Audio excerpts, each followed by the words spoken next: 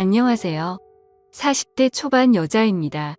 삶의 지옥 같던 시간을 이겨내고 이제는 좀 안정이 되어 사연을 보냅니다. 저는 30대 초반이었고 남편은 40대를 바라보고 있을 때 처음 만났습니다. 남편은 대기업에 다니고 있었고 저는 남편이 다니는 회사 앞에 커피숍 점원으로 일하고 있었습니다. 남편은 점심시간이면 제가 일하는 커피숍으로 와서 동료들과 함께 커피숍에서 한참 떠들다가 다시 회사에 들어가곤 했습니다. 그러다 남편 후배가 저에게 쪽지를 건넸고 그 쪽지엔 남편 연락처가 있었습니다.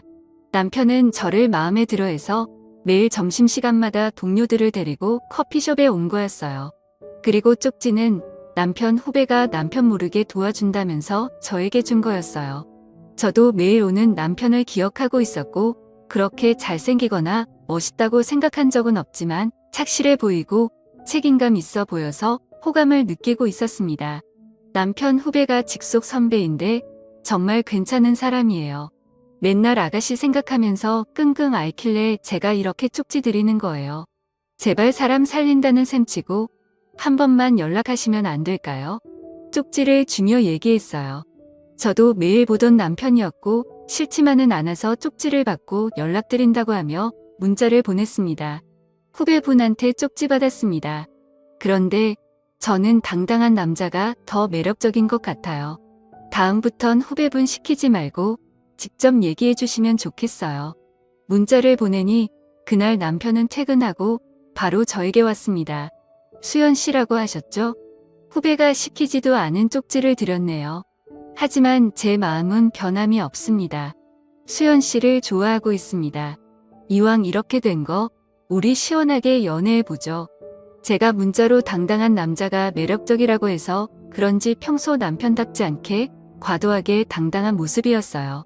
하지만 그 모습이 밉지만은 않았습니다. 그날 저녁 우리는 함께 밥을 먹으며 사귀는 사이가 되었습니다. 1년 정도 사귄 다음에 우리는 서로 없으면 안 되는 연인 사이가 되었고 결혼하기로 하였습니다. 그런데 친정이 너무 가난했고 제가 버는 돈의 절반을 주고 있었어요. 결혼해서도 제 도움 없이는 살기 힘들었던 친정이기에 남편에게 얘기했습니다. 우리 집 지금 빚이 많아서 내가 매달 돈 보내드리고 있거든. 그런데 결혼하고도 보내드려야 할 것 같아. 이해해 줄 수 있겠어? 저도 남편과 꼭 결혼하고 싶었지만 이 문제로 남편이 싫어한다면 어쩔 수가 없었어요. 평소에 집안 얘기는 서로 잘 안 했습니다. 그러다 진짜 결혼하려고 하니 서로의 마음보다 서로의 집안 문제가 걱정이 되더라고요. 남편은 그런 게 문제라면 걱정 안 해도 돼. 우리 집에는 내가 따로 얘기 안 할 테니까 결혼해서도 친정에는 계속 지금처럼 드려도 돼. 남편이 그렇게 얘기해 주니 정말 고마웠어요. 그리고 남편 집안 얘기를 해주는데 남편 집은 서울 근처 수도권에 땅도 많이 있고 건물도 있어서 얼마 안 되는 돈은 신경도 안 쓴다고 하더라고요. 남편은 씀씀이가 크지 않고 부재중 도련님 같은 스타일이 아니어서 이렇게 잘 살고 있다고 하니 놀랐습니다.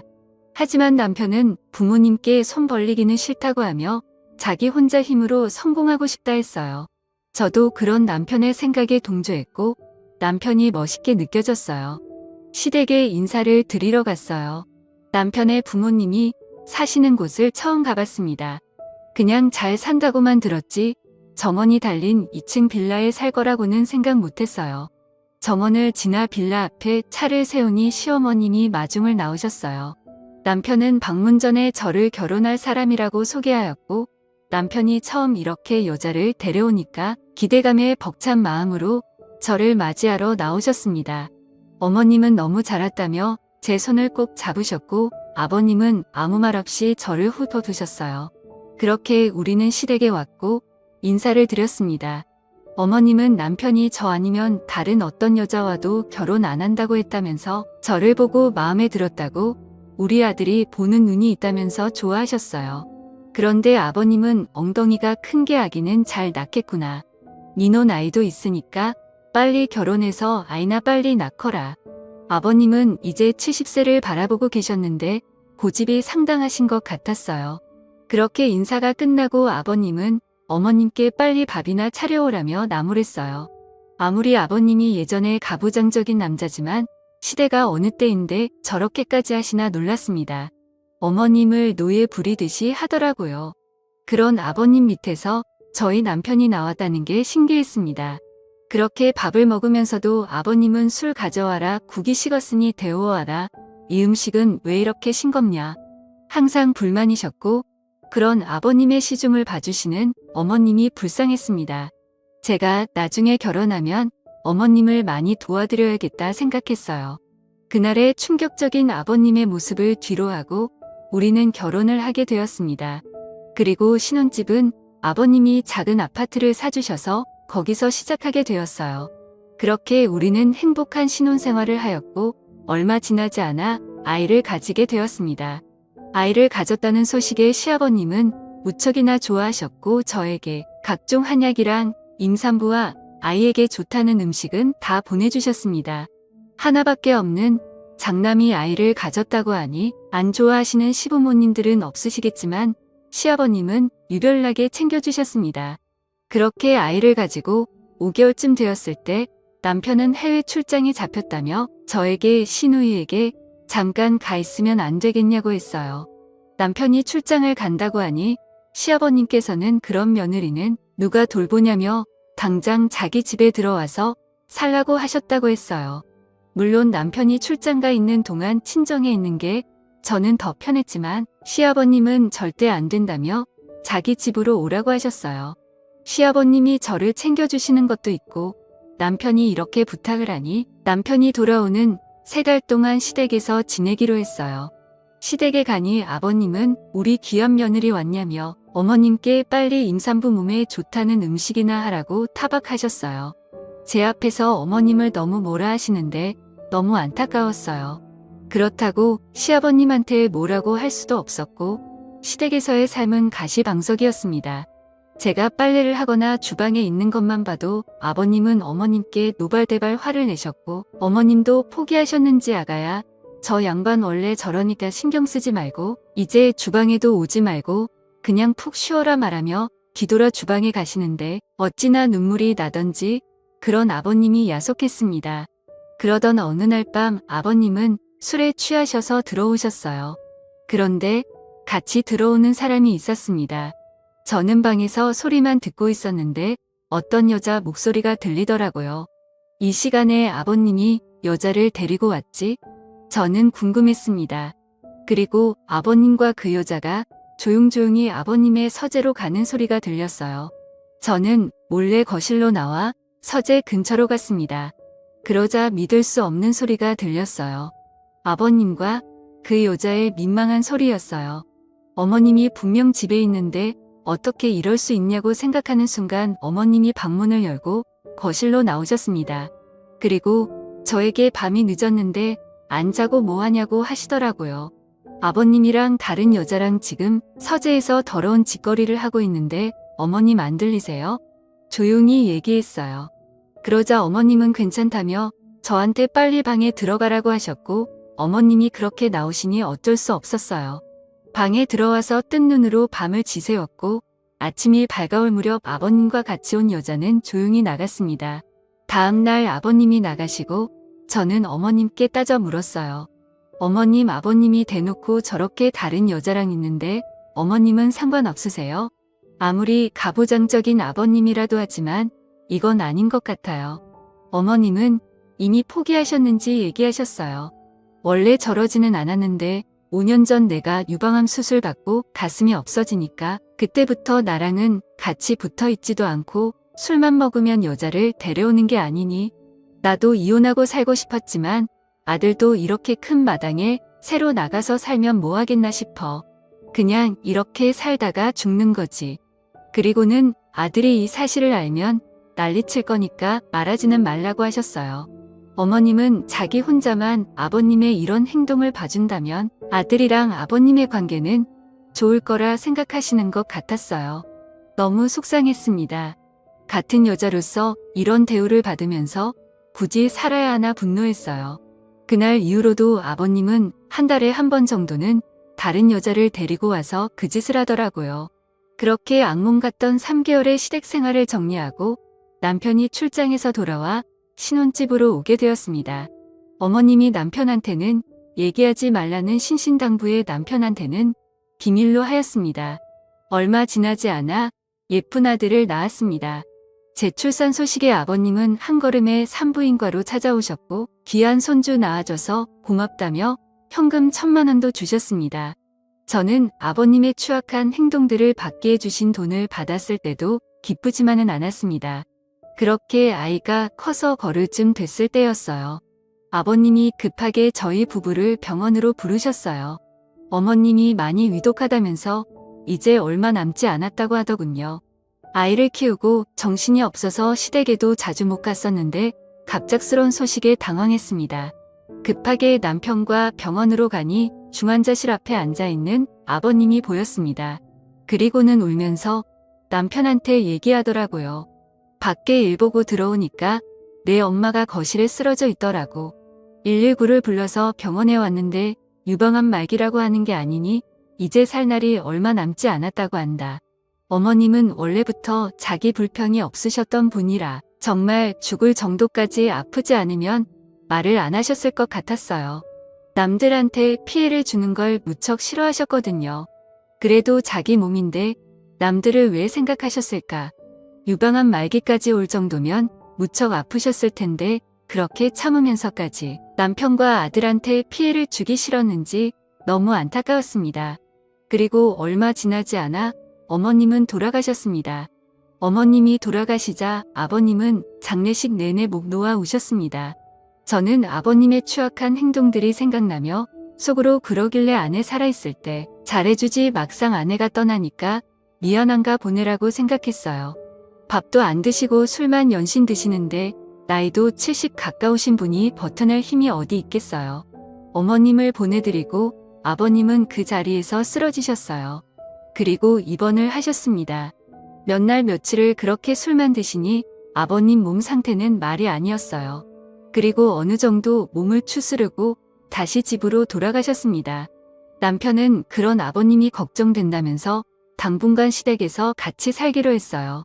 시댁에서 남편 회사는 2시간 거리 정도 되었는데 남편은 행여나 아버님이 다른 생각을 하실까봐 걱정이 된다며 같이 살게 되었어요. 워낙 손주를 좋아하셔서 손주와 같이 지내다 보면 어머님을 잊으시지 않을까도 생각했습니다. 하지만 우리의 노력에도 예전의 아버님 모습은 없었습니다. 그저 어머님께 미안하다면서 매일 술을 달고 사셨습니다. 아버님도 연세가 적지 않으셔서 이러다 돌아가시면 어쩌나 하며 남편은 걱정을 많이 하더라고요. 그렇게 시댁에서 지내고 있는데 남편의 출장 소식을 들었습니다. 이번에 출장을 가면 1년은 있어야 해서 남편은 안 간다고 회사에 얘기했는데 남편 말고 다른 대체자가 없다고 하였고 이번 출장을 잘 마치면 임원까지 될 수도 있다고 하니 안 갈 수가 없게 되었어요. 남편은 저에게 내가 없는 동안 당신이 아버지 좀 지켜봐줘. 어머님 돌아가시고 아버지 보고 있으면 너무 가슴이 아프거든. 이번 출장만 다녀오면 우리 따로 살 거니까 그때까지만 참고 지내자. 어머님께 막대했던 아버님이라 싫어했지만 남편의 부탁을 들어주기로 했어요. 지금의 아버님은 예전에 강했던 모습은 전혀 없었거든요. 그리고 자신의 잘못을 뉘우치고 어머님을 그리워했기에 저도 별 문제는 없을 거라 생각했어요. 그렇게 우리만 남겨두고 남편은 출장을 떠났습니다. 저는 아버님이 예전의 활기찬 모습을 찾을 수 있도록 노력했어요. 아버님 좋아하시던 음식 위주로 밥을 차려드렸고 아들과 함께 아버님하고 산책도 하였어요. 그렇게 6달이 지났을까요? 저희와 생활이 익숙해지셨는지 점점 밝아지셨어요. 어느새 어머님을 잃은 슬픈 모습은 사라지셨고 외부 사람들과도 다시 만나기도 했습니다. 아버님은 저와 아들한테 정말 고맙다며 너희들 덕분에 다시 새롭게 시작하고 싶어졌다고 했어요. 하지만 너무 새롭게 시작하셨는지 술을 먹고 또다시 여자를 데리고 오시기 시작했어요. 이제는 어머님도 안 계시고 홀몸이니까 아무 상관이 없지만 보통 데리고 오는 여자들은 사랑해서 만나는 여자들이 아니고 돈을 주고 만나는 여자들이었어요. 아버님이 돈이 없는 것도 아니고 건강도 찾았겠다. 새롭게 시작하는 게 다시 많은 여자를 만나는 거였어요. 하루가 멀다 하고 여자를 데리고 오는데 아이도 어느 정도 컸겠다. 아이 교육상 안 좋아 보였습니다. 남편이 오기 2달 남았을 때 아버님께 아이를 친정에 보내겠다고 했어요. 손주를 끔찍이 아끼는 아버님이라서 보내지 말라고 하실 줄 알았는데 웬일인지 보내려고 하더군요. 그리고는 저는 가면 안 된다고 하더라고요. 자기 혼자 이 집에 있으면 너무 힘들 것 같다면서 아들 출장 다녀올 때까지는 같이 있어 달라고 했습니다. 저 또한 남편이 얘기한 것도 있고 아버님을 혼자 내버려 두고 가려는 생각은 없었지만 아버님이 이렇게까지 자부심이 불쌍하기도 했습니다. 그렇게 아이를 친정에 보내고 시댁으로 돌아왔습니다.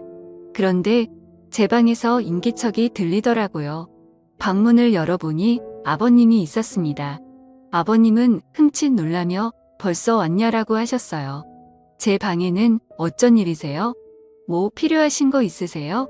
아버님은 별건 아니고 며느리 이제 혼자 지내야 하는데 부족한 건 없나 해서 한번 들어와 봤다. 배고프구나 밥이나 먹자. 제가 밥을 차리는 동안 아버님은 술을 사오셨습니다. 그리고 어색한 둘만의 식사가 시작되었어요. 저는 어색한 자리가 될 것 같아 밥을 안 먹겠다고 했는데 아버님은 외롭다며 같이 밥을 먹자고 했습니다. 아버님은 술을 드시면서 자기 때문에 어머님이 그렇게 됐다며 한탄하셨습니다. 저는 며칠 전까지만 해도 아가씨들 데리고 오면서 어머님은 다 잊은 듯한 아버님이었는데 갑자기 이렇게 저한테 어머님 얘기를 하니 어이가 없었어요. 정말 알다가도 모를 아버님이라 생각했습니다. 그렇게 아버님과 밥을 먹다가 아버님의 권유에 같이 술을 마시게 되었죠.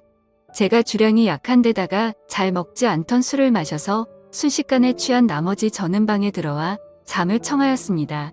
그리고 얼마 지났을까요? 정말 생각하고 싶지 않은 일을 겪게 되었습니다. 그날 늦은 밤이었어요.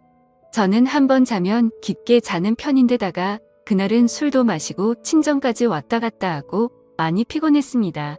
그렇게 세상 모르게 자고 일어났는데 아버님이 제 옆에 있더라고요. 자고 일어났는데도 술이 덜 깨서 이게 꿈인지 현실인지 구분이 안 가더라고요. 어렴풋이 생각나는 건 남편이 오랫동안 자리를 비워서 제가 외롭다는 말을 했던 것 같기도 하고 결국 실수를 저지르고 말았던 거였죠. 잠시 후 아버님이 깨셨고 저는 무슨 짓이냐며 화를 냈습니다. 그러자 오늘 일 절대로 비밀 지켜줄 테니 자신과 지내주면 안 되겠냐고 하더라고요. 저는 많은 생각을 했습니다. 이 상황이 남편한테 그리고 아들한테 들려진다면 나는 어떤 여자가 되는 거지 정말 상황 판단이 안 되더라고요. 그래서 일단 생각해 본다고 말하고는 그날 저는 바로 친정집으로 갔습니다. 이 사실을 누구한테 말하기도 싫었고 우선 아버님과 떨어져서 지내야겠다고 생각했어요. 친정에서 잠을 청하고 있는데 한 통의 문자가 왔어요. 아버님의 문자였어요. 내일 당장 돌아오지 않으면 아들한테 어제 일을 다 말하겠다고 하더군요. 너무 창피한 마음에 다음날 시댁으로 바로 돌아갔습니다. 그리고 어쩔 수 없이 아버님의 요구를 들어주게 되었습니다.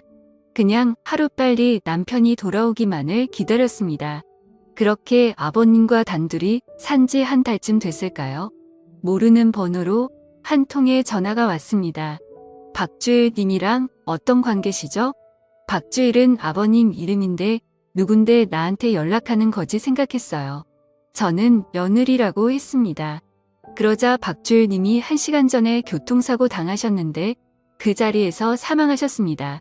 주변에 아는 사람도 없어서 박주일 님 핸드폰에 있는 번호로 연락드린 겁니다. 빨리 병원으로 오셔야 할 것 같아요. 저는 너무 어이가 없었습니다. 어제까지도 저와 같이 붙어있던 사람이 순식간에 죽었다는 소식을 들어서 좀 충격적이었거든요.